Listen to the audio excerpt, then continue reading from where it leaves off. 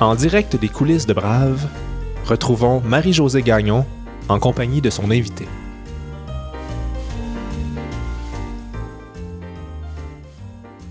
Nous sommes le 4 mai 2026 et je reçois Rose-Marie Charret, psychologue, autrice, conférencière et ancienne présidente de l'Ordre des psychologues du Québec. Bien connue du public comme chroniqueuse à la radio de Radio-Canada, elle a passé sa carrière à comprendre les humains, à se mettre à leur écoute. Elle arrive à Brave avec une liberté qu'elle a gagnée, une sagesse qu'elle a bâtie et une force vitale qui vous surprendra.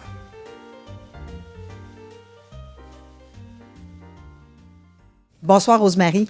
Bonsoir. Merci de m'accueillir. Bien, ça me fait plaisir. Merci et bienvenue à Brave. Tu as passé ta vie à écouter les autres, à les comprendre, à nous expliquer l'être humain. Puis ce soir, c'est toi qu'on va découvrir. Mm-hmm. Tu t'es rarement plié à l'exercice parce que j'ai pas trouvé grand-chose sur ta vie, sur ce qui a marqué ta vie. Et je me demandais comment tu envisageais cette conversation. Bien, comme on a eu une pré-entrevue qui m'a... Et je suggère aux gens d'accepter ce genre d'exercice-là. Ça m'a fait du bien. Parce que, et je vais vous citer une chanson de Michel Rivard sur son dernier disque, dont le titre est « Moi et l'homme qui me ressemble ».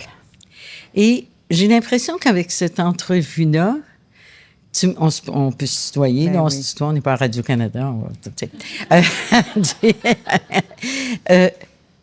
Tu m'as permis davantage de faire le lien entre moi et la femme qui me ressemble. Et la femme qui nous ressemble, qui est la femme connue des autres et même de nos intimes. Et ce moi à l'intérieur, qui sans vouloir se cacher, est quand même caché. Et quand même, j'ai eu dans ma vie des raisons de ne pas rendre des choses publiques selon la fonction qu'on occupe. Quand j'étais clinicienne, j'étais plus neutre. Quand j'étais présidente de l'Ordre des psychologues, encore plus.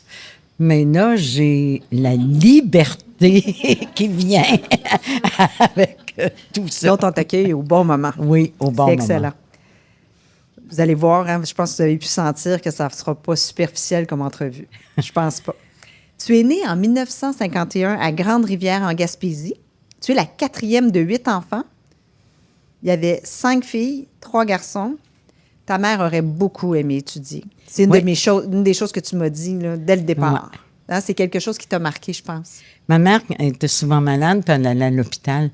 Elle disait, là, « moi, je regarde des infirmières travailler. » Donc, évidemment, à l'époque de ma mère, médecin, ça ne te venait pas en tête. Mais déjà, au moins, infirmière pour une femme.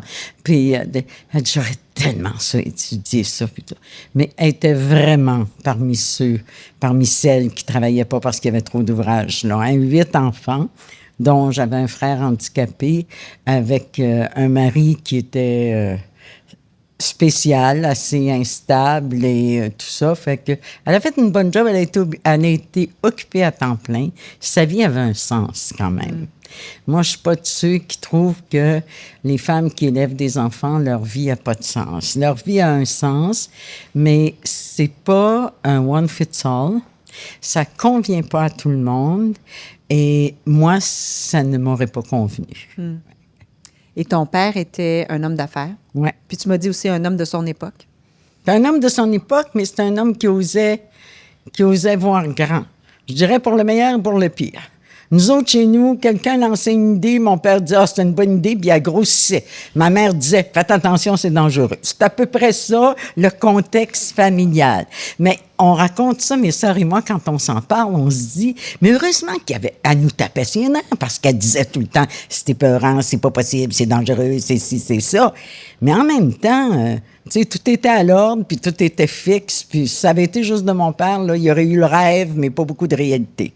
Avec elle, là, tu sais, les vêtements étaient toujours prêts, les 3 repas, tout ça. Fait que dans l'équilibre psychologique, ça compte, ça aussi. Oui, il faut rêver, mais il ne faut pas que rêver. Donc, quand tu repenses à cette époque-là, à cette maison, à cette ambiance familiale, qu'est-ce qui te vient en tête? Il me vient en tête le début de ma curiosité pour qu'est-ce qui se passe dans la tête des êtres humains. Dans un petit village en Gaspésie, dans les années 50, inutile de vous dire, il se passe rien. Moi, là, ce que ma fille fait avec ses filles, là, le samedi, là, moi, chez nous, ça n'existait pas, même si ma mère avait voulu, tu sais, toutes ces activités. Mais il se passe une chose, c'est que les gens parlent. Les gens parlent beaucoup. Mes tantes venaient beaucoup chez ma mère. Vu qu'elle avait un enfant handicapé, c'était les autres qui se déplaçaient pour venir chez elle. Ils venaient beaucoup chez ma mère prendre un café, un thé dans l'après-midi, puis tout ça. Et moi, je me cachais pour écouter les conversations. Je vous dis que moi, j'en ai appris des choses. Mais je suis surtout restée sur des questions. Sur beaucoup de questions auxquelles je cherchais des réponses. Et ça a semé chez moi, je pense, la curiosité pour l'être humain. On pense tout le temps, quand on pense à un psychologue, que ce qui est né d'abord, c'est le désir d'aider. On souhaite que ce soit là. Évidemment, c'est là. Mais pour moi, la curiosité a précédé. J'ai voulu comprendre d'abord. Et je me souviens d'ailleurs, moi, vous allez voir comment la pédagogie a évolué. Mais moi, la première journée où je suis rentrée à l'Université de Montréal, il y a des psychologues dans la salle, mais ils sont plus jeunes que moi. Ils n'ont pas vécu ça, probablement. Le directeur du département est venu nous accueillir. Il a dit, là, vous entrez au baccalauréat en psycho. Ça, le baccalauréat en psycho, ça mène nulle part, vous n'aurez pas de job. Bon. Il faut que vous fassiez une maîtrise. Parmi vous, il y en a à peu près 20 qui vont être acceptés à la maîtrise. De ceux-là, il y en a à peu près 10 qui pourraient être acceptés au doctorat. Pour le moment, le doctorat n'est pas exigé, mais il va finir par l'être. Et là, je l'écoutais, puis je me suis dit, c'est pas grave. J'aurai appris. Je suis ici pour apprendre. On verra bien pour ce qui est de la job. Ça n'a pas été un problème, la job. C'est ça. Mais ça me dit aussi à quel point tu as dû être choquée. Parce que là, tu as été à l'université, tu t'es rendue là, mais tu as été choquée toute petite parce que ton père ne prévoyait pas que tu fasses des études. Mon père, là, il disait, puis il était fier de ça. Il disait, nous autres, on va faire instruire nos garçons. Jamais, il n'a même pas pensé que ça voulait dire qu'il excluait les filles. Pour lui, c'était clair que les filles, c'était pas ça leur place. Ceci dit, il est décédé 2 mois après que je sois entrée à l'université en psycho, donc il a eu le temps puis il était content. Il était fier, il était content, puis il avait confiance. Mais là, on avait évolué un peu. Là, quand je suis rentrée en psycho, on était en 73, là. Tu sais, là, que je te parle dans les années 50, là. Ben oui. Tu sais, déjà que chez nous, l'éducation était valorisée, c'était déjà beaucoup. Moi, je me souviens que, chez nous, il y avait une règle. Si tu faisais pas 100 degrés de fièvre et plus, dans ce temps-là, on mesurait ça comme ça, tu allais à l'école. Il n'y avait aucune excuse pour ne pas aller à l'école. Puis j'avais une amie, j'allais la chercher pour aller à l'école, elle était sur mon chemin, puis sa mère, elle disait tout le temps, « Oh, vas-y donc pas, tu sais, reste avec moi, tu vas faire du ménage. » Non, ça, chez nous, par exemple, ça n'aurait pas passé, tu sais. Fait que j'étais quand même dans un milieu où l'éducation était valorisée, où c'était clair que les filles devaient, ils appelaient ça faire un cours pour gagner sa vie. Pas avoir une passion, avoir une carrière. C'est pas la même chose, ça, faire un cours pour gagner sa vie, puis avoir une carrière. Ta mère t'a amené à l'école, tu avais 5 ans, ouais. Parce que tu lui posais trop de questions, puis ouais. elle n'avait plus de réponse. C'est ça. Je tapais sur les nerfs, parce que j'étais toujours... après, j'avais toujours des questions, puis tout ça. Puis dans ce temps-là, la loi n'était pas ce qu'elle est aujourd'hui. Aujourd'hui, tu n'amènes pas un enfant à l'école pour le faire rentrer plus tôt comme ça, là, tu sais. Ça te prend 3 évaluations psychologiques, comme quoi ça va y faire du tort s'il ne rentre pas à l'école. Bon. Fait que moi, personne ne m'a évalué, là, elle m'a amené à l'école, puis là, c'était une sœur, puis elle a dit à la sœur, là, elle est prête pour aller à l'école, elle me tape trop ses nerfs, elle a trop de questions, je sais pas quoi y répondre. Puis la sœur a dit, t'aimerais-tu ça aller à l'école? J'ai dit, ah oui. Et j'ai aimé ça. J'ai aimé ça ce jour-là jusqu'au dernier jour. C'est m'asseoir dans une classe, suivre un cours, ça a toujours été un grand plaisir. Là, tu sais pas exactement ce que tu vas faire, mais tu rencontres un orienteur quand tu es à peu près adolescente, je pense. Ouais. Qu'est-ce Ça, qu'il dit? c'était l'idée de mon père, ça. Il disait, vous allez passer des tests d'orientation. Tu sais, tant que, bon. Fait qu'il y a un orienteur qui vient à l'école. Fait que moi, je passe, je vais voir l'orienteur. Mes deux sœurs, eux autres, ils ont dit non, moi, je ne vais pas voir l'orienteur. Bon, moi, ça me tentait, j'ai dit, je vais y aller. Puis, il me dit, dans ce temps-là, dans les années 50, là, le Québec quittait la religion pour s'ouvrir à la science. Et ce qui était le bon Dieu, c'était la science. Et moi, j'étais forte en maths et en sciences. Fait, tu sais, la question de qu'est-ce que tu aurais le goût de faire, ça se posait pas. T'es bon en sciences, tu vas faire des sciences. Parce que là, on est rendu là, tu vas faire... Fait que c'est ça qu'il m'a dit. Il m'a dit, toi, tu devrais faire de la recherche scientifique parce que tu as les talents pour faire des sciences. Puis et là, moi, je suis sortie de là, puis j'ai dit à la sœur supérieure, j'ai dit, moi, là, je veux travailler avec du monde. Je m'imaginais pas...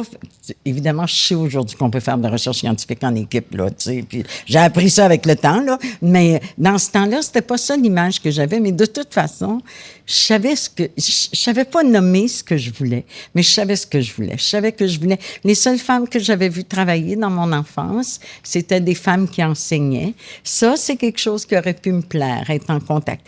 Mais je pense que j'étais plus attirée par le fait de communiquer entre adultes. J'étais plus attirée par ça. Puis là, j'ai dit à la sœur en question, j'ai dit, moi, là, j'aimerais ça faire ce que ce gars-là fait, l'orienteur, mais pour toutes sortes de problèmes, pas juste pour l'orientation, rencontrer des gens, essayer de voir, puis tout ça. Ah, elle m'a dit, tu préfères un psychologue. C'était la première fois que j'entendais le mot psychologue. Je devais avoir 13 ans, là. Et juste pour vous dire, c'est une belle histoire. Parce que, vous savez que les religieuses sont beaucoup sorties des couvents. Elle est sortie du couvent, puis elle a étudié, puis elle est devenue psychologue. Fait que ça a été vraiment, tu sais, je peux imaginer pour elle, hein, qui n'avait pas eu la possibilité de le faire, le plaisir qu'elle a dû avoir à semer ça chez quelqu'un, à semer, fait que, oui. Puis, une petite conversation, hein, qui oriente. Ah, mais il y en a dans la vie. Ben oui. Il y en a dans la vie de ces conversations-là. Absolument. Moi, j'en ai eu quelques-unes, ouais. Puis tu en as eu plusieurs avec plusieurs patients et patientes. À 16 ans, là, tu déménages à Montréal. Ouais. Tu arrives à Montréal avec ta famille. Qu'est-ce que ça signifie pour toi? La liberté. Ça signifie la liberté. Ça signifie les possibilités. Ça signifie beaucoup. Mais mes sœurs et moi, puis mes sœurs sont plus vieilles que moi, là, encore aujourd'hui, on dit « Ah, merci, papa, maman, de nous avoir amenés à Montréal. » Moi, si j'étais restée en Gaspésie, malgré l'espèce d'idéal que j'avais, puis tout ça, me connaissant au niveau affectif et tout ça, je suis sûre que je serais tombée en amour, j'aurais marié un pêcheur, puis je serais restée à la maison, puis tu sais, la dimension affective aurait pris plus de place parce qu'il faut pas... Tu sais, la dimension affective, elle est encadrée dans une réalité. S'il n'y a pas d'autre réalité, tu sais, quand les filles font juste rêver devant la télévision du prince charmant, là, il faut arrêter de leur dire de ne pas faire ça. Il faut leur offrir d'autres possibilités. Il faut ajouter, il ne faut pas enlever. Fait qu'à partir du moment où l'univers... moi, je me rappelle d'un soir où mon père était venu me reconduire au centre-ville, je ne me rappelle plus pourquoi. Puis j'y avais dit, mais là, tous ces édifices-là, qui étaient tous illuminés le soir. D'abord, pour moi, c'est un scandale épouvantable. Pourquoi ils ne ferment pas les lumières? Il m'avait expliqué là, qu'il y avait une panne de mort. Mais il m'avait dit, tu sais, là, dans tous ces bureaux-là, il y a du monde qui travaille dans le jour. Il y en a du monde qui travaille. Il y en a du monde qui font toutes sortes de choses très diversifiées. Moi, ça m'a fasciné, ça. C'est tout l'univers des possibles. Ouais. Là, tu fais ton cégep le soir et les fins de semaine. Ouais. Tu travailles à temps plein dans une compagnie d'informatique. Informatique. Puis, on se comprend, c'était avant CGI, là? Ah, c'était avant CGI. C'était très avant-gardiste, cette entreprise-là. Juste pour vous donner une idée, il y avait une salle qu'on appelait la salle de l'ordinateur. Hein? Et dans cette salle-là, la température était contrôlée parce qu'il fallait pas qu'il fasse plus que tant de degrés parce que ça chauffait, puis tout ça. Fait que, tu sais, c'était un nouveau monde. Moi, j'adorais ça. J'apprenais toutes sortes de choses où le monde s'en allait. Tu faisais ça pour payer tes études. Mais c'était quoi ton sentiment par rapport à l'avenir à ce moment-là? J'ai eu une décision à prendre et qui à ce moment-là, justement, parce que il y avait une partie éducation à cette entreprise-là, Contrôle Data, ils formaient du monde. Puis moi, j'avais donné une formation, tu sais, moi, je suivais le cours, moi, puis le lendemain, je pouvais le donner. J'aimais tellement transmettre, tu sais, que ça m'était naturel. Fait que là, eux autres, ils ont dit, Rosemary, lâche ça, là, tu sais, les études, tu sais, en informatique, là, eux autres, ils valorisaient pas trop la psycho, là, tu sais. Il y avait eux autres l'impression que j'allais crever de faim là, tandis que j'allais devenir riche en informatique, ou je sais pas. Ils ont dit, nous, on t'enverrait au Minnesota te faire former, puis quand tu reviendrais, tu serais formatrice en informatique, puis tu pourrais prendre charge. Tu sais, ça m'est arrivé 2 fois dans ma vie que des gens m'offrent de m'en aller dans un domaine autre, là, comme gestionnaire, puis comme, tu sais. Mais ça avait été une réflexion qui n'a pas été très longue, toutefois. Ce soir-là, je suis allée au cégep, j'avais un cours au cégep, puis je me suis dit, ah non, moi, ma place est ici. Et je trouve, en vieillissant, c'est une chose sur laquelle, puis demain, je fais une chronique à Radio-Canada sur la recherche de sens, puis c'est l'item que je trouve qui est le plus important. Se poser la question, où est-ce qu'elle est ma place à moi? Pas où est-ce qu'elle est la meilleure place. Est-ce que j'aurais eu un rayonnement plus grand en informatique? Que je serais devenue plus riche? Sûrement. Sûrement, tu sais, ça commençait. Fait que, tu sais, ça aurait été international, ça aurait été... Bon. Mais c'était pas vraiment ma place. Puis, j'ai jamais regretté. D'abord, moi, j'ai bien gagné ma vie en psycho, là. Tu sais, mon père disait, tu vas crever de faim. Puis ça, je ne veux pas crever de faim comme vous voyez, ça. Ça n'a pas été un problème. J'adore la question. Où est ma place à moi? Où est-elle, cette place? C'est le genre de questions qu'on peut éviter longtemps. Et il faut du courage pour la regarder en face, comme elle l'a fait. À 21 ans, tu fais ton entrée à l'Université de Montréal en psychologie. Puis on va essayer de te décourager 2 fois. La première, tu l'as raconté tantôt, un beau message d'accueil. Puis la deuxième, c'est quand quelqu'un va dire à ta mère que tu es trop sensible pour faire des longues études en psychologie. Ah oui. Comment tu vas réagir à ces tentatives de découragement? Mais ça a été encore plus marquant, ce qui s'est passé avec ma mère. Ça précédait un peu. Parce qu'elle avait vu son frère. Bon. Son frère, tu sais, dans une famille, en tout cas particulièrement dans les gens de l'âge de ma mère, tu sais, son frère était plus instruit qu'elle. Il y avait beaucoup de crédibilité à ses yeux. Puis, il y avait dit, tu sais, Rosemary, là, elle est bien trop sensible. Si elle fait trop d'études, là, tu sais, elle va tomber malade. Tu sais, moi, j'avais un superviseur en psycho qui était un gars, là, il était psychiatre, lui. C'était un gars génial. Il s'était fait dire au collège, « Toi, tu lis trop, tu vas venir fou. » Tu sais, des histoires comme ça, là, tu sais, fait que... Puis nous, on était des petites filles bien élevées, là, on se fâchait pas contre notre mère, là, on donnait pas des coups de poing sur la table, là, tu sais. Mais quand ma mère m'a dit ça, j'ai donné un coup de poing sur la table. Et j'ai dit... Et je me souviens même du feeling intérieur d'avoir dit, « Ah non, non, non, non. Ni mon oncle Fernand, ni toi. Allez me dire de ne pas faire ça. » Et j'étais tellement contente de l'avoir faite, même si sur le coup, ma mère, là, tu sais, toi, tu vas te calmer. Tu sais. C'est pas parce que tu vas à l'université que, vous savez, là, le discours, tu sais. Mais non, parce que si ça n'avait pas été si fort que ça aurait semé un doute. Et faire des longues études, on traverse des périodes de doute, on est mieux d'être sûr de soi pour pouvoir continuer. Ça va être payant parce qu'au début des années 80, tu es une jeune psychologue responsable des stages à l'Université de Montréal. Puis les belles soirées, vous connaissez ça, c'est des soirées à l'Université de Montréal, les grandes conférences. Ça commence. Puis là, il cherche quelqu'un pour une série sur l'affirmation de soi. Puis là, tu es toute jeune, là. Raconte-moi comment tu vas devenir présentatrice de cette série. Ça, c'est vraiment... J'ai juste pensé, cette année, que, oui, c'est vrai que ça a commencé là, les conférences. J'avais jamais fait le lien avec ça. En fait, je coordonne les stages puis les internats, fait que, tu sais, des psychologues, moi, je connais ça parce que il faut que je trouve des stages chez des psychologues plus seniors. Fait que je connais les jeunes, mais je connais les seniors, puis je connais les centres... Fait que j'ai une certaine crédibilité à l'université pour ce qui est de savoir où est-ce qu'ils sont les bons psychologues. Fait que je reçois un appel de la faculté d'éducation permanente qui me disent « On part un programme, ça s'appelle Les Belles Soirées, on voudrait qu'il y ait de la psycho, puis on cherche quelqu'un qui pourrait donner une conférence sur l'affirmation de soi. » En psycho, il y a des modes. Ça, c'était la mode affirmation de soi. Vous vous souvenez, là, tu sais, là, on est dans d'autres choses, mais en tout cas, là, c'était la mode affirmation de soi. Moi, je connaissais un gars qui avait écrit là-dessus, qui connaissait très bien ça, puis tout ça, je donne son nom. Elle l'appelle, elle me rappelle. Elle dit, ça n'a pas fonctionné parce qu'il voulait absolument venir avec sa blonde, puis nous autres, on en paye juste un, il voulait être payé à deux, puis tout ça.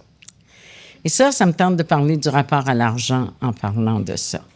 Parce que, et j'ai vu ça plusieurs fois dans ma vie, des gens qui, pour avoir 100 pièces de plus, perdent une grande opportunité. Puis, là, elle me dit, pouvez-vous m'en recommander un autre? J'ai dit, écoutez, il n'y a personne qui me vient à l'esprit, mais va vous dire quelque chose. Moi, l'affirmation de ça, je connais ça. Mais moi, je suis une jeune psychologue, moi. Ça fait 2 ans que je suis psychologue. Tu avais à peu près 29 ans. Fait que j'ai dit, si vous voulez, je peux en donner une. Vous verrez. Et je l'ai donnée pendant 25 ans. Et pendant 25 ans, ça n'a pas toujours été capté, mais les dernières années, il y avait ce qu'on appelait le canal Savoir. Ça s'appelle maintenant, ça porte un autre nom, là, mais Savoir Média, c'est ça. Puis le canal Savoir captait ça, les conférences des Belles Soirées. Fait que moi, ce que je fais aujourd'hui, ma crédibilité comme conférencière, ça a commencé là, parce que les gens me voyaient donner des conférences. Mais tu sais, ça passait à 11 heures le soir, là, puis il n'y avait pas l'auditoire de Radio-Canada, là, il y en avait très peu, mais quand même, pour ceux qui sont en communication, vous le savez, il faut être dans la sphère publique, ne serait-ce qu'un peu. Entre un peu puis zéro, il y a une grosse différence. Il faut se pratiquer. Mais moi, ce que je note, c'est les trajectoires, tu sais. Fait que tu étais sur une trajectoire, puis tu as tassé ta trajectoire mettons, de 3 %. C'est pas beaucoup. Tu as ajouté ça. Mais au fil des ans, le 3 %, il fait un cercle. Ouais. Il t'oriente vers autre chose. Puis il va t'orienter éventuellement, beaucoup d'années plus tard, vers Radio-Canada. Oui. C'est vrai. Dans le fond. Ouais. Ils t'entendent, ils te connaissent, puis ton nom circule. Mais là, on va faire un arrêt sur une épreuve que tu as eue. Tu veux être psychanalyste, ce qui m'apparaît assez loin d'être communicatrice. Mais ça ne va pas marcher. Fait que je veux savoir comment tu as vécu cet échec. Très mal sur le coup. Moi, j'avais décidé que je ferais une psychanalyse pour 2 raisons. Premièrement, ça faisait partie de ma recherche de sens dans ce temps-là. C'était valorisé aussi. Puis, ça faisait partie de ma recherche de sens. Puis aussi, une autre raison, c'est que moi, je faisais des mauvais choix amoureux. Je tombais en amour avec des gars qui n'avaient pas d'allure. Je vous dis ça en termes, là, tu sais. Puis, à un moment donné, le premier, tu te dis, j'ai été malchanceuse. Le deuxième, tu te dis, je suis vraiment malchanceuse. Le troisième, tu te dis, j'ai un problème. Tu sais. Fait que, on va aller régler ça, ce problème-là. Fait que je suis allée en psychanalyse pour ça. Mais c'est une belle histoire parce que le psychanalyste que j'ai choisi, il n'y avait pas de place sur le coup. Fait qu'il pouvait me voir, mais presque. Puis c'était avec lui que je voulais travailler. Puis il y avait 1 an de liste d'attente. Je peux vous dire qu'actuellement, il n'y a pas un psychanalyste à Montréal qui a 1 an de liste d'attente. Là. Tu sais, c'est plus populaire comme ça a déjà été, mais en tout cas. Puis, quand j'ai eu mon premier rendez-vous avec lui, j'avais déjà rencontré celui qui a été l'homme de ma vie, le père de ma fille, avec qui j'ai été plus de 30 ans. Donc, c'est quand même plus tard là, que tu as fait cette... Oui, mais en psychologie, il y a de la recherche qui a montré l'efficacité d'être en liste d'attente. Ça s'appelle l'effet liste d'attente. Ça peut être ça. Et donc, la question se posait, est-ce que je fais quand même une psychanalyse, là, tu sais, puis tout ça. Et j'ai décidé de la faire parce que j'avais aussi d'autres raisons. Puis aussi, vous savez, il y a, dans une relation amoureuse, il y a le moment où on accepte d'entrer dans la relation, mais il y a aussi tous les moments où on accepte de poursuivre, puis où on peut facilement se mettre en échec, ou en tout cas mettre la relation en échec. Et je pensais que c'était une bonne idée que je continue d'avoir besoin d'aide. Mais tout ceci m'a amené à être passionnée par la psychanalyse et comme beaucoup de personnes, surtout les psychologues qui ont suivi des psychanalyses, le désir, l'identification à l'analyste, le désir de le devenir a monté. Fait que j'ai dit, je vais faire ma demande à l'Institut de psychanalyse. Ça, là, légalement, là, ces systèmes-là, je vous dis mon avis, là, ça existe nulle part ailleurs. Où tu fais une demande quelque part, tu connais pas les critères. Tu es accepté, refusé, tu sais pas pourquoi. Personne te dit pourquoi. Tu sais pas quand. Tu rencontres des gens, tu rencontres 3 personnes, ils te posent aucune question, tu sors de là. Puis 6 mois après, tu reçois une lettre, puis ils te disent si tu es accepté ou refusé. Puis tu peux toujours te représenter. Je me suis pas représentée. Mais j'ai eu mal, j'ai eu très mal parce que ça veut dire des gens ont vu en moi quelque chose qui était pas correct mais je saurais jamais c'est quoi. Aujourd'hui, quand je regarde ça, c'est tellement pas moi être psychanalyste. Ils m'ont rendu service. Parce que si j'avais été psychanalyste, il y a des psychologues dans la salle qui le savent, j'aurais eu une obligation de neutralité très, très grande, plus grande encore que l'obligation de neutralité d'un psychologue clinicien.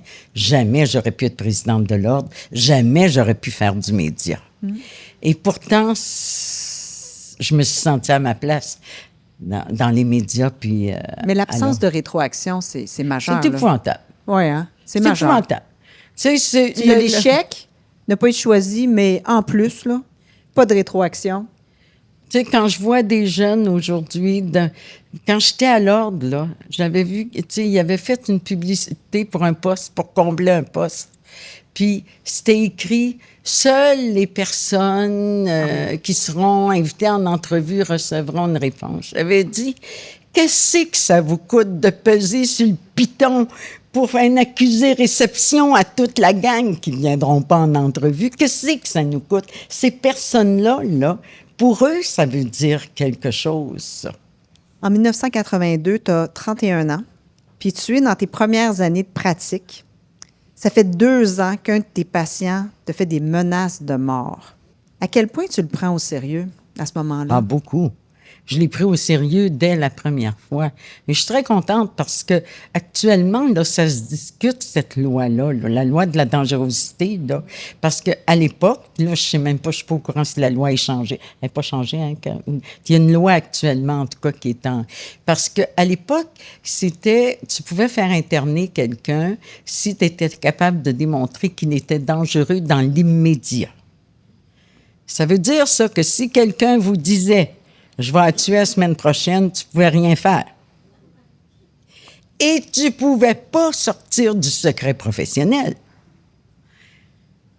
C'est sauf si... Tandis que maintenant, là, il y a eu des aménagements à la loi. Maintenant, j'aurais eu très facilement le droit de le dire qu'il y avait des armes à feu parce que depuis Dawson, là, le ministre Dupuis, qui était ministre de la Justice à l'époque, a fait changer cette loi-là. En tout cas. Donc, moi, je savais qu'il était dangereux. Les psychiatres à qui je le référais savaient qu'il était dangereux, mais il n'y avait pas le pouvoir légal de le garder. Fait que 2 ans et demi après... il s'est présenté à ton bureau un soir. Ouais. Puis il t'a attaqué au couteau. Ouais. Et c'est la première fois que je parle de ça publiquement. Quand elle m'en a parlé, c'est venu parce que cette année, j'ai eu un questionnement par rapport à ça. Et ça fait partie des choses que je trouve riches dans le fait de vieillir, importantes. Ça fait partie de me comprendre globalement, c'est aussi nommer ces choses-là, sans rentrer dans tous les détails, mais Mais ce que ça a fait, premièrement, évidemment, une fois que l'événement, j'ai été chanceuse parce que je travaillais dans une grosse clinique médicale. Là, c'est arrivé, il y avait plein de médecins autour de moi. J'ai été soignée sur place, tu sais, bon, mais ce dont je me souviens de cet événement-là, premièrement, la peur, 2 ans et demi de peur. Les conseils que les gens vous donnent. J'ai lu dans la presse la semaine dernière, là, une dame à qui on conseille de changer son identité, de s'en aller se cacher avec sa fille. Dans son cas, à elle, c'est de la violence conjugale. On m'a conseillé ça. On m'a conseillé de retourner en Gaspésie, de me changer de personnalité, puis tout ça. Si vous saviez à quel point, quand on nous suggère quelque chose comme ça, à quel point on réalise que ce qu'on veut être, c'est nous-mêmes. Que les plans B, là, ça nous intéresse pas. Je me rappelle un matin, je travaillais au centre-ville, puis je traversais, j'habitais Côte-des-Neiges, je traversais la montagne, puis évidemment, je voyais le cimetière, là, à ma gauche, puis que je m'étais dit, j'aimerais mieux y être à 30 ans, puis avoir vécu ma vie à moi, que j'avais pas d'enfant, il faut dire, dans ce temps-là. Là, quand j'ai eu un autre épisode où j'avais un enfant, quand lui est sorti de Pinel, là, ça a été plus compliqué. Mais je me disais, ma vie sera brève, mais elle sera la mienne, plutôt que de faire semblant ou de changer d'identité. Ça, il n'y en était pas question. Puis, bon, quand c'est arrivé, évidemment, là, une fois que l'événement est arrivé, évidemment, là, légalement, il y a quelque chose qui s'est passé, puis là, la personne... Mais tu as évité la mort ce soir-là. Oui. Par toi-même. Oui. Comment tu as fait ça? J'ai fait semblant d'être morte. Et c'est ça qui l'a arrêté. Et ça, je peux vous dire, il y a un animal en nous qui veut vivre. Parce que quand les policiers... Premièrement, c'est une clinique médicale où il y avait des médecins de médecine physique là, qui étaient là. Puis il y a un médecin qui est rentré, enfin, j'ai crié, il est rentré dans mon bureau. Il m'a dit après, lui, il avait fait de l'urgence, il avait vu beaucoup de morts. Il dit, Rosemary, quand je suis rentrée, j'étais sûre que tu étais morte. Tu étais dans la position d'une morte. Et évidemment, ça n'a pas été étudié. J'ai pas étudié quelle position prendre, faire ça. Quand les policiers sont arrivés, ils m'ont dit, « Eh boy, vous êtes brillante, vous, madame. » J'ai dit, ça n'a rien à voir avec l'intelligence. C'est l'animal en nous qui veut vivre et qui nous donne l'intuition de faire quelque chose. Moi, c'est comme ça que je l'ai vécu. J'ai eu une très forte intuition que j'ai écoutée. J'aurais pu, là, tu sais, le chirurgien qui était là, sur place, à ce moment-là, m'a dit, écoute, tu l'as vraiment échappé belle, là. Tu sais, j'ai vraiment... Mais, et ça, cette intuition-là, cette force-là, c'est quelque chose qui m'habite, qui m'a habité après ça. C'est fou à dire, mais ça m'a donné de la force. Ça m'a ébranlé, évidemment, 2 ans et demi à avoir peur. Je suis quelqu'un qui sursaute plus, là, moi, là, s'il y a un bruit, tu sais, je suis pas calme et détendu, là, moi, dans la vie, j'ai l'air de rien comme ça, là, mais, tu sais, non, ça a laissé des traces, là, quand même, là, tu sais, mais ça n'a pas laissé que des traces négatives. Puis après cette agression-là, comment tu as pu retrouver suffisamment de confiance pour recevoir de la souffrance humaine dans l'intimité d'un bureau? J'étais une jeune psychologue quand c'est arrivé. Je pense qu'il y a une partie où j'ai pas été protégée parce qu'il y a des connaissances que j'avais pas. Après ça, j'ai su mieux filtrer. J'ai su mieux détecter la dangerosité. Parce que la dangerosité, vous savez, elle n'est pas tout de suite imminente, là. Tu sais, elle n'est pas tout de suite évidente. Mais il y a des indices.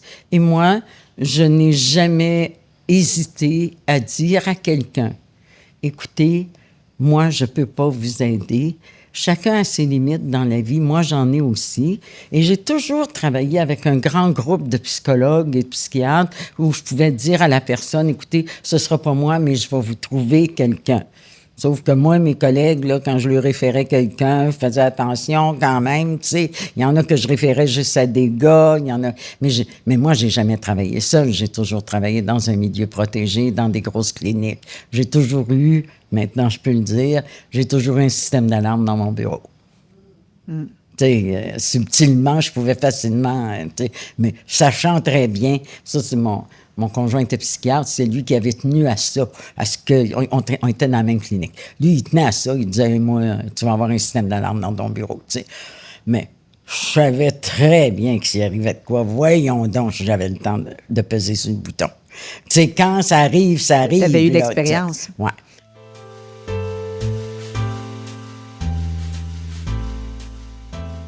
Après ces émotions, on va ouvrir un nouveau chapitre, celui de la présidence de l'Ordre des psychologues et les excellentes leçons de leadership qu'elle a à nous transmettre, des leçons apprises dans l'action.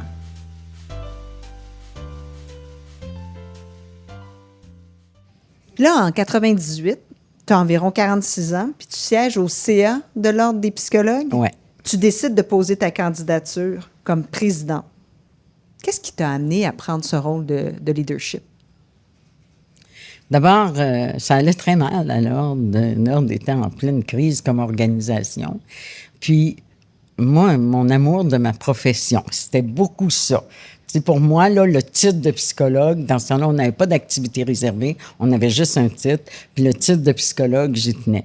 Moi, je faisais encore de la clinique, là, puis là, j'avais vu un patient rentrer dans mon bureau avec la presse en dessous du bras. Dans ce temps-là, la presse était en papier, là, tu sais, avec la presse en dessous du bras, puis on faisait la une pour les mauvaises raisons, là, à l'Ordre des psychologues, là, tu sais, il y avait un scandale, puis tout ça, tu sais, puis tout ça.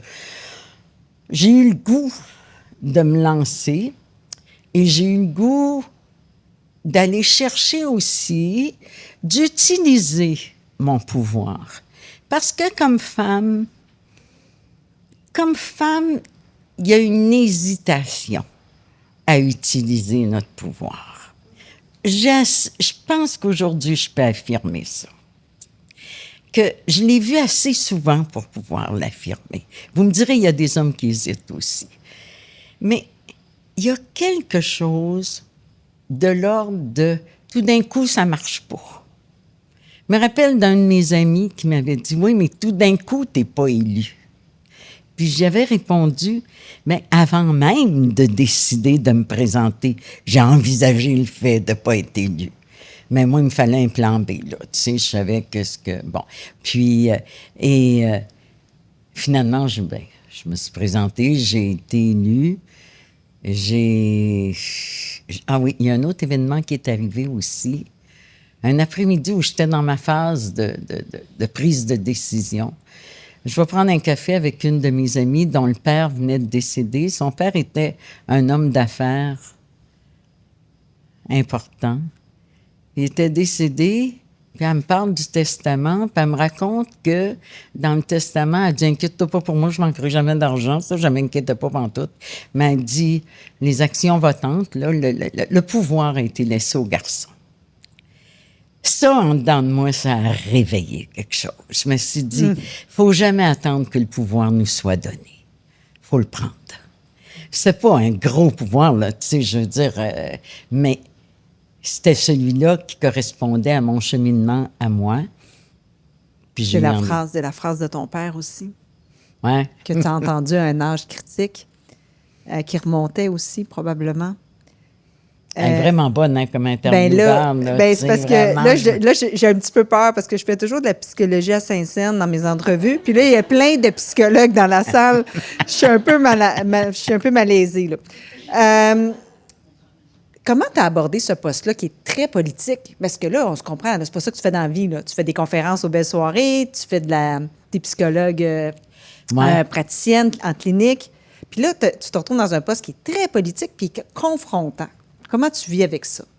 Bien, la première décision à prendre, ça a été la décision d'accepter d'être critiqué. Parce que... et moi, je crois sincèrement, moi, j'ai été approchée, comme sûrement plusieurs d'entre vous, là, approchée pour me présenter en politique, puis tout ça. Fait que quand les gens disent « les partis politiques vont pas chercher les femmes », c'est pas vrai. Les partis politiques vont chercher les femmes. Les femmes ne veulent pas y aller. Beaucoup ne veulent pas y aller. Puis, on invoque très, très souvent la conciliation travail-famille et je pense effectivement que c'est un facteur important. Mais c'est loin d'être le seul facteur. La peur d'être critiqué est un élément important. La peur de ne pas y arriver, la peur de ne pas pouvoir supporter la critique. Fait que ça, pour moi, ça a été la première chose. Et l'autre chose, c'est le désir d'apprendre. Je me suis dit, hey, moi, là, toutes les affaires politiques, là, puis je savais pas qu'il y avait autant de règlements que ça, par exemple. À mettre en application, là, quand je suis arrivée puis que ma secrétaire m'a mis ça sur le bureau, la pile de règlements, je me suis dit, oh boy, je pense que je vais embaucher une avocate, sinon je vais trouver un job plat. Tu sais, parce que je vais être toujours dans les règlements. Fait que, puis aujourd'hui, je rassure là, celle qui veut se présenter à présidente, aujourd'hui, il y a un service juridique à l'ordre des psychologues. La présidente n'est pas obligée de lire les règlements elle-même, là, tu sais, pour les décoder. Il y avait ça. Puis aussi de me dire que la politique, c'est au service de la population. Moi, là, j'étais tannée que n'importe qui promette n'importe quoi à quelqu'un lorsqu'il s'agissait d'offrir des services en santé mentale. C'était épouvantable. Tu sais, je voyais des affaires, tu sais, du monde qui disait « Ah, moi, tu vas venir me voir 5 fois, puis ta vie va être changée, puis tu seras plus jamais malheureux. » Puis, vous savez, il y a juste les professionnels qui n'ont pas le droit de promettre des résultats. Les non-professionnels ont le droit de promettre des résultats. Il n'y a aucune loi qui les en empêche. Fait que, et ça, le public n'en est pas suffisamment informé. Fait que pour moi, c'était par respect pour la population qui avait besoin de services de santé mentale, par respect aussi pour ceux qui avaient la formation pour les offrir ces services-là. Je me suis dit, il faut que notre voix soit entendue. Moi, j'étais déjà un peu dans les médias, pas beaucoup, mais quand même un peu dans les médias. Et je savais que ça pouvait me servir de levier aussi. Fait que, puis je me dis, bon, on va voir si les psychologues m'élisent, parce que nous, c'est... au barreau, je pense que c'est pas le vote universel. En tout cas, il y a des ordres où c'est le vote universel, Daniel. Fait que mais tandis qu'il y a des ordres où c'est juste le CA qui élit le président, mais chez les psychologues, c'est le vote universel. Mais donc, tu as réussi, hein? À me faire élire. Tu as réussi à te faire élire. Tu as été 15 ans à la tête de l'ordre. 17 ans. 17 ans. Je suis gênée aujourd'hui. Tu t'es fait élire 6 fois. Ouais. Et tu as tu as fait progresser la profession de façon incroyable, entre autres par l'encadrement, là, ce dont tu parlais, de la psychothérapie. La psychothérapie. Puis en même temps, là, tu es de plus en plus appelée à Radio-Canada, mais tu es quand même présidente de l'Ordre. Tu es toujours dans la mi-quarantaine. Puis on te demande de faire l'émission matinale de René Aumirois, là où on t'a entendu, franchement, là, dans nos cuisines. Mais moi, je me souviens, j'étais encore au lit, je pense que je t'entendais. Là.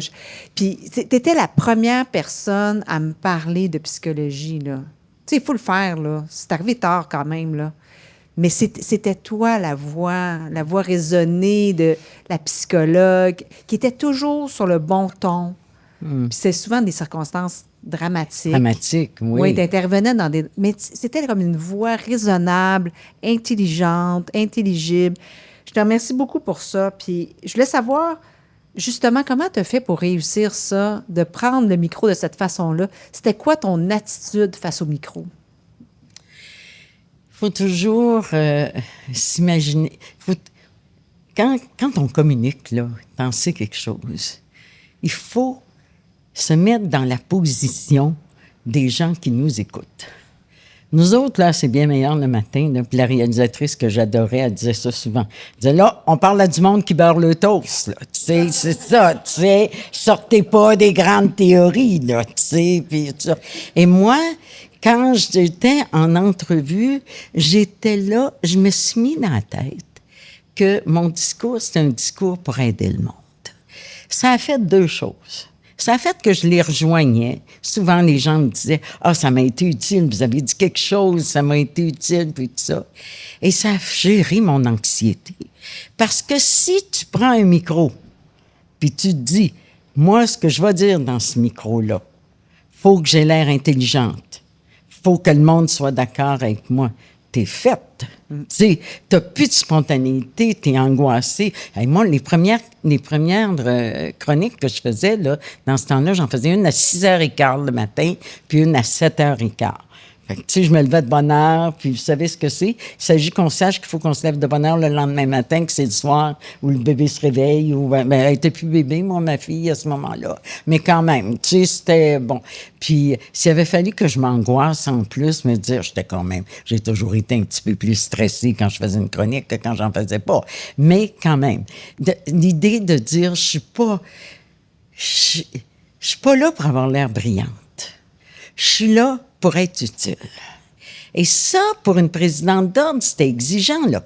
Parce que là, je me disais, les psychologues qui vont écouter ça, là, ils vont dire, oui, mais elle a parlé de ça, puis elle n'a pas parlé de ça, puis on sait bien que la théorie, c'est pas juste... Les psychologues ont été intelligents. Ils ont compris ça.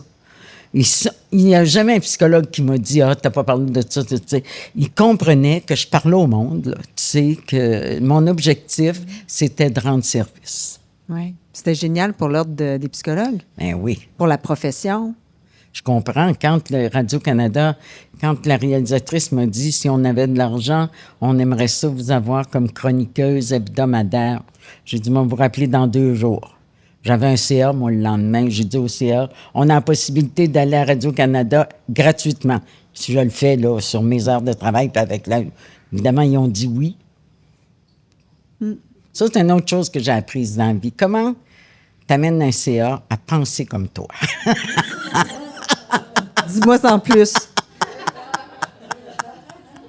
Faut tellement connaître notre monde qui est autour de la table. Faut connaître notre CA. C'est quelque chose de précieux.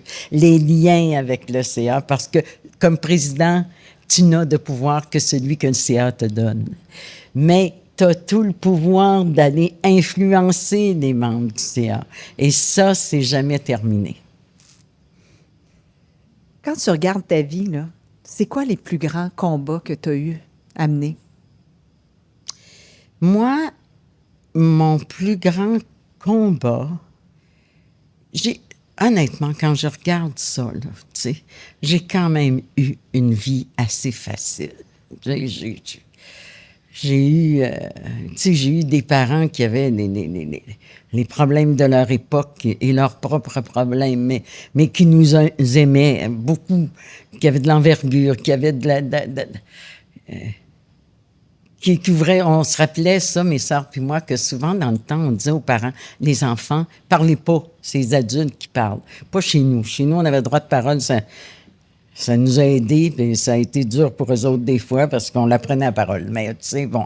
Fait que puis j'ai eu une vie de couple extraordinaire. J'ai eu des périodes difficiles au niveau amoureux, mais j'ai connu l'amour. J'ai connu une relation profonde puis mon conjoint est décédé aujourd'hui, mais qui me laisse encore aujourd'hui, comme dit Michel Rivard dans son spectacle. Je suis pas en train de faire la pub de Michel, là, mais je l'ai vu la semaine passée, puis j'ai été bien impressionnée. Puis il dit l'amour meurt pas. Tu sais, la personne meurt, mais l'amour que tu as pour la personne reste là. Donc, j'ai eu une vie quand même assez facile. Mais j'ai mené un combat constant par rapport à mon image corporelle. Très jeune, moi, adolescente, moi, je ne sais pas quand est-ce que mon poids était normal. Parce que moi, quand j'étais jeune, j'étais trop maigre. Ma mère disait, viens pas de l'école, Rosemary, le midi, parce que tu dépenses de l'énergie pour rien, je mangeais pas. Elle disait, tu dépenses d'énergie, tu manges pas. Fait que elle, ma mère, ça l'angoissait, ça. Tu sais, elle était très... tu sais, le repas est là, il faut que tu le manges, puis tout ça. Et puis un jour, j'ai été trop grosse. Je pense que mon poids normal est passé pendant la nuit, là, tu sais, parce que je me rappelle pas de ça, de ce poids-là. Et toute ma vie, sans avoir eu un énorme problème, mais en ayant toujours été quand même en dehors de la norme, cette autocritique-là, cette volonté-là, ce refus, ça a été une source de souffrance dans ma vie. Et merci le vieillissement. Contrairement à ce qu'on pense. Tu sais, il y a des gens, pour qui ils disent, bon, tu sais, vieillir, on a des rides, puis on n'est pas ci, puis on n'est pas ça. Mais les exigences sont moins grandes. Quand je regarde des jeunes, là, tu sais, je vois ça, là, je me dis, oh mon Dieu, là, ils sont angoissés parce qu'ils ont 2 livres de trop. Tu sais, ça, en vieillissant, tu as moins ces angoisses-là parce que les exigences sont moins grandes. Puis parce que, surtout, et je trouve que ça s'applique au physique et ça s'applique à l'ensemble de ce qu'on est aussi, qu'on apprend à s'aimer globalement. En pièces détachées, on se trouve facilement des défauts. Et ça, dans tous les secteurs de notre vie. Moi, si je regarde globalement, j'ai-tu fait une bonne job à l'ordre des psychologues? La réponse, je pense, c'est oui. Je suis contente de ce que j'ai fait. Est-ce que j'ai juste fait des bons coups? Non. Est-ce que j'ai fait des erreurs? Oui. Mais si je reste juste à penser à ces erreurs-là, je n'ai pas la satisfaction. Je suis pas en train de dire qu'il faut qu'on soit satisfait de tout, mais je suis en train de dire qu'il faut inscrire ce qu'on n'aime pas à l'intérieur d'un ensemble de manière à pouvoir laisser suffisamment de place à ce qu'on aime puis à ce qu'on a réussi. C'est une parole de sage. J'aimerais qu'on reparle quand même de Gabriel un peu, ton mari qui est décédé il y a 6 ans, avec qui tu as eu une fille, Dorothée. Tu n'as pas eu beaucoup de succès en amour avant lui. Je suis curieuse de savoir comment votre relation a commencé. Ah, mon Dieu. Puis c'était quoi votre recette pour que ça dure? Tiens-toi bien. On était d'abord, tu sais, on était 2 fumeurs. Premièrement, moi, je pensais qu'il était marié. Parce qu'il y avait des belles fleurs à réception. Puis je disais tout le temps, mon Dieu, qui apporte ces belles roses-là à réception? Puis le monde me dit, ah, c'est Dr. Benzil, il fait pousser ça sur son terrain. Moi, pour moi, un gars qui fait pousser des roses sur son terrain, il y a une femme puis des enfants. Tu sais, je veux dire, me semble, tu sais, je m'imaginais pas le gars. Mais il était séparé depuis plus de 2 ans. Là, j'ai appris ça, là, tu sais, Hélène David, qui était ma collègue à l'Université de Montréal, elle était à la même clinique que moi. Un matin, elle arrive dans mon bureau à l'université, parce qu'elle savait qu'il me plaisait, mais que, tu sais, elle me dit, tu sais pas que j'ai appris, Dr. Benzil? Il est séparé. Oh, ben là, tu sais, fait que, tu sais. Et on était 2 gros fumeurs. Puis, un midi, c'est comme ça que ça a commencé. Un midi, il m'a dit, t'es-tu libre? Êtes-vous libre pour le lunch? On est allé luncher.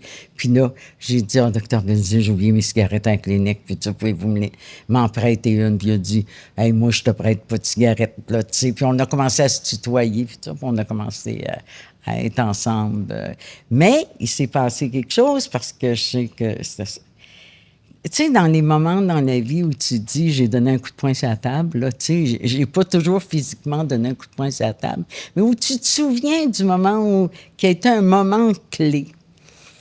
À un moment donné, il m'a dit « Ah, j'aime bien ça, jaser avec toi, puis, tu sais, j'aimerais ça qu'on soit amis. » Et je lui ai dit « Ça m'intéresse pas d'être ami avec toi. J'ai plein d'amis, moi. Je me cherche pas d'amis, moi. » Parce qu'il me disait qu'il allait, quand il était séparé, puis il ne savait pas trop, tu sais, qu'est-ce qui allait arriver. J'ai dit, moi, tant que tu ne sais pas qu'est-ce qui va arriver, il n'y arrivera rien avec nous. Parce que dans mes nombreuses douleurs amoureuses, il y avait eu l'épisode homme marié. Tu vis ça une fois. Ça te prend ça pour l'apprendre. Ça, c'était non. C'était non dans ma vie, tu sais. Fait que j'ai dit, on se reverra. Moi, je ne veux pas être ami. Il racontait ça au monde après. Il dit, moi, j'ai offert mon amitié. Ben, elle m'a dit, non, je veux pas ton amitié.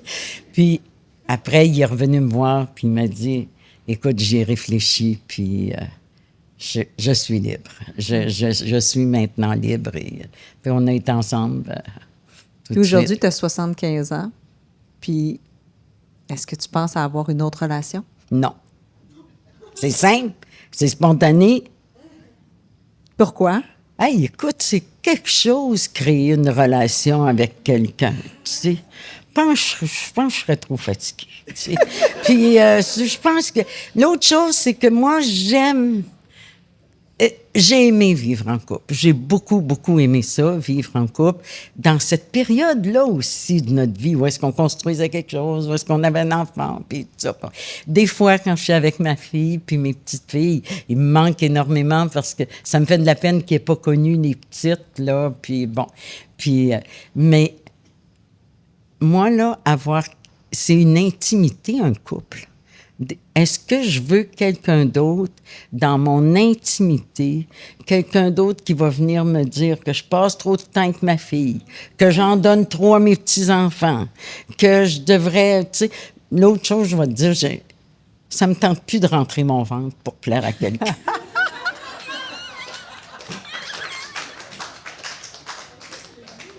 Fait que, tu sais, quand tu vis avec quelqu'un, là, tu sais... Excellent. Hey, je peux pas m'empêcher de ne pas profiter de ta présence pour te poser une question. Je veux savoir, parce que pour moi, le courage dans la vie, c'est tellement important que j'ai créé ce balado. Est-ce que j'ai raison? Est-ce que c'est important, le courage dans la vie? C'est très important. La vie est difficile. Et le courage, pour moi, c'est le contact avec nos racines vitales, qui fait qu'on trouve en nous l'énergie pour faire de notre vie ce qu'elle est, ce qu'on est, pour, malgré tout, traverser certaines difficultés. Et c'est une inquiétude que j'ai par rapport à l'éducation actuellement. On protège nos enfants, puis tant mieux. Puis moi, je suis surprotectrice, puis tu sais, puis moi, s'il y a quelqu'un, je suis pas mieux qu'un autre, là, moi. S'il y a quelqu'un qui fait du mal à une de mes petites filles, vous pouvez dire que bon, puis ça. Mais ce serait pas y rendre service. Parce que moi, ce qui m'a permis d'être heureuse, c'est les batailles que j'ai menées. Des fois, j'ai eu des cadeaux. Des fois, il y a eu des gens, mais pas tant, parce que, tu sais, à un moment donné, avoir le courage de dire « je vais le faire ». Mais il y a des choses... Il ne faut pas exiger de tout le monde, par exemple, d'être courageux tout le temps. Les gens ont besoin d'aide, parfois. Il y a des gens qui sont vulnérables. Et moi, je ne suis pas du modèle, tu sais, il y a les gagnants et les perdants, puis on est du côté des gagnants. Puis non, non.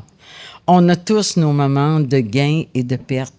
Moi, il y a des courages que j'ai eus, puis il y en a d'autres que j'ai pas eus. Puis encore aujourd'hui, il y a des choses que j'aurais le goût de faire, puis je me dis, tu sais, en tout cas, de toute évidence, j'ai pas le courage de séduire un homme, là, d'après ce que tu dis. Non! T'as pas l'envie. Moi, j'ai compris que t'avais pas l'envie. J'ai pas le courage de... Mais où, tu sais, partir de... Tu sais, la semaine passée, là, je me disais, j'ai quelque chose, j'ai un projet que je suis en train de vraiment... c'est en train de bouillir, là, tu sais, de mijoter. Tiens, c'est le mot que je cherchais.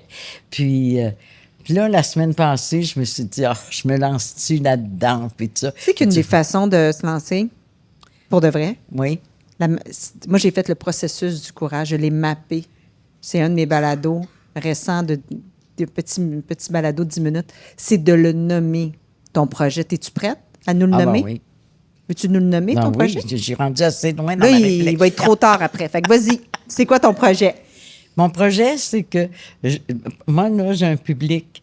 Moi, je suis allée donner une conférence dans une bibliothèque là, à Repentigny. Il y avait 160 personnes. Là, les gens ils ont dit, d'habitude, on a 20-30 personnes. Là, il y avait du monde. Mais je les ai regardés. C'était 50 ans en montant. C'est pas le cas ce soir. Il y a plus de monde, plus jeune. Ça me fait plaisir beaucoup. Fait que j'ai un public, mais je voudrais élargir mon public. Je voudrais être utile à des plus jeunes. Les plus jeunes, on les rejoint avec les balados. Plus qu'avec la... Tu sais, moi, je vais... quand je vais à Radio-Canada, là, il restera toujours la culture à 2 heures de l'après-midi, là. Ma fille et ses amis, ils n'écoutent pas la radio à 2 heures de l'après-midi, là. Tu sais, bon, ça. Pendant l'été, je vais faire l'émission qui remplace Pénélope, là, l'émission Repère.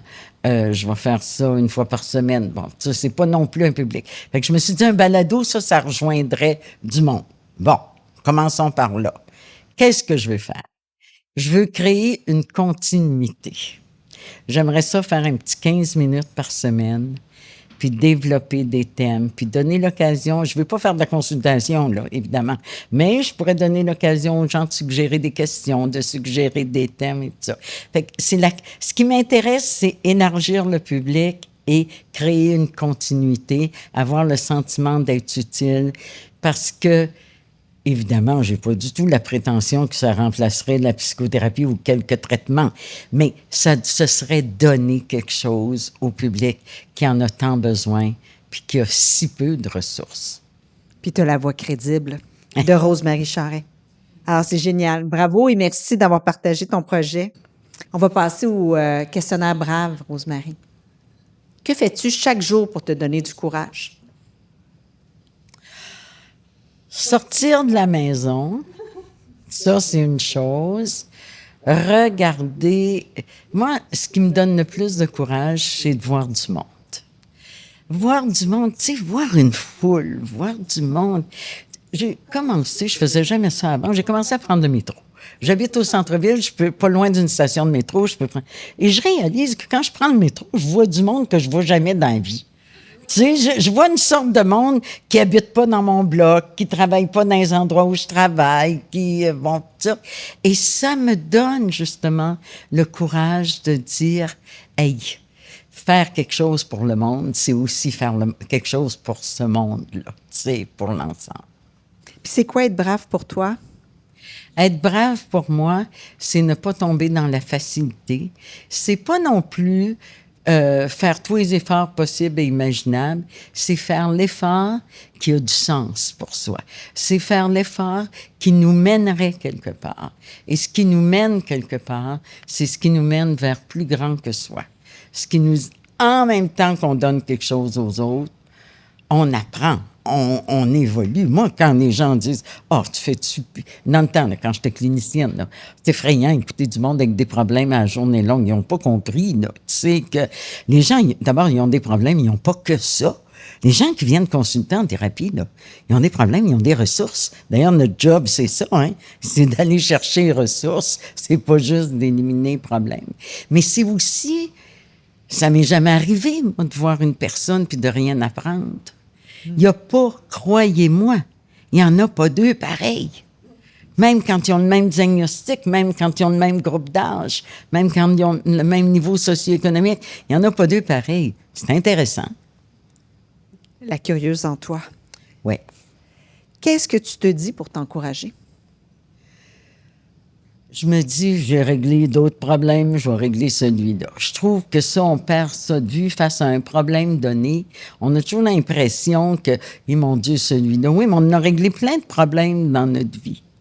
Puis une phrase qui me vient beaucoup plus en vieillissant, que j'aimerais aussi transmettre aux plus jeunes, c'est pas grave. Quand on est jeune, tout est grave. Tu sais, c'est pas grave. Tu sais, À quel moment de ta vie n'as-tu pas été brave? Quand je suis rentrée en salle d'accouchement, je me suis dit, oh, que je n'étais pas grave. Je n'étais pas brave. Si j'avais pas été obligée, je pense que je m'en allais chez nous. Tu sais.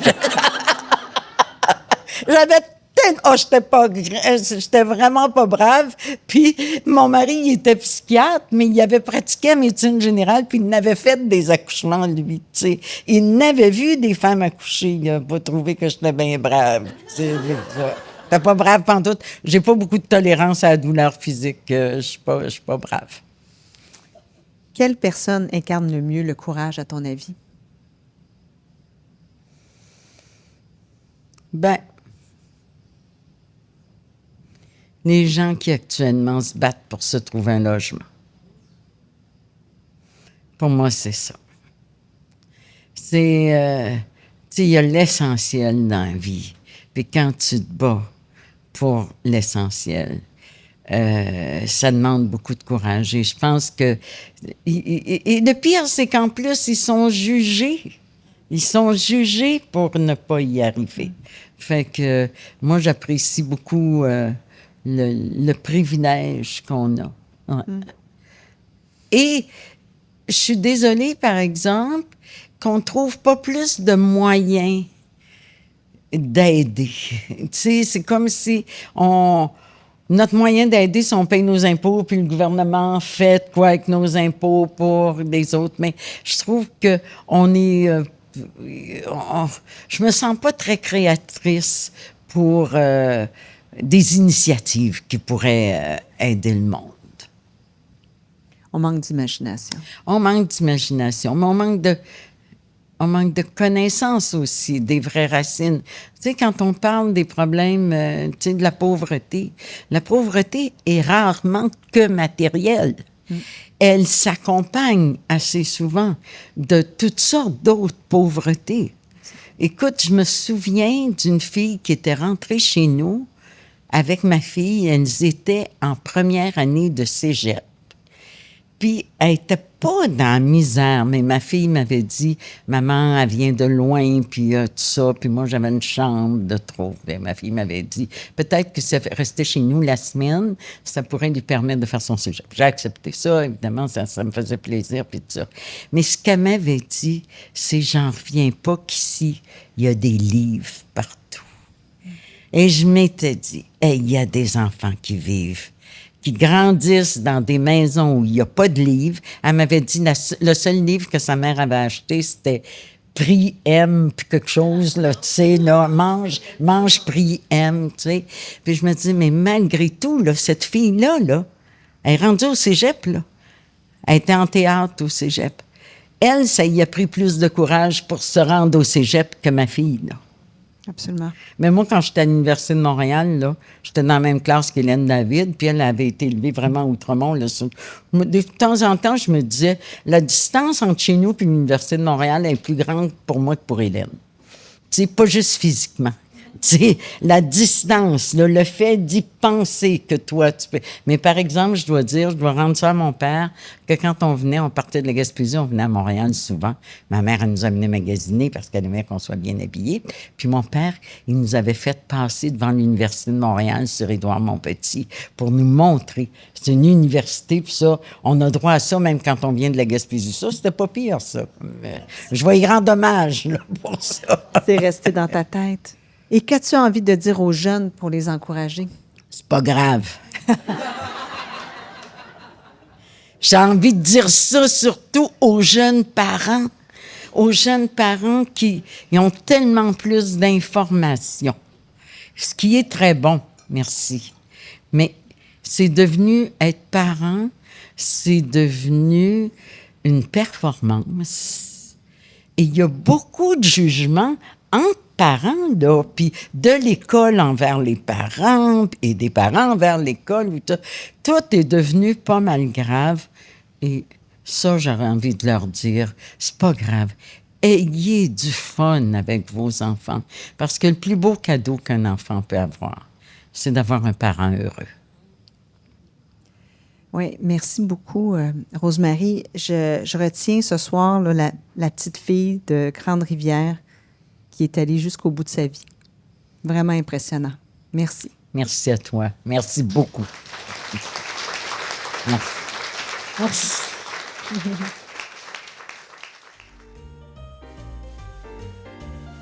Recevoir Rosemary, c'est un beau cadeau que je me suis fait et que je vous ai fait. Je connaissais la sage, mais je connaissais pas la battante et encore moins la survivante. Je n'avais pas réalisé à quel point elle avait décidé très tôt de ne pas laisser les autres définir sa vie, à une époque où ça se passait comme ça. Plusieurs de ses paroles resteront avec moi, mais celle-ci plus que les autres. Quand elle dit « Ce qui m'a permis d'être heureuse, ce sont les batailles que j'ai menées », je trouve ça vraiment inspirant. Et vous, chers braves, que retenez-vous? Merci d'avoir été à l'écoute et à bientôt. Brave, la série d'entretiens avec des femmes qui ont du cran, est une idée originale de Marie-Josée Gagnon. Rejoignez-nous sur notre site web à braveinspiration.com, de même que sur les médias sociaux. Si vous avez aimé ce balado, osez le partager. Merci de nous écouter.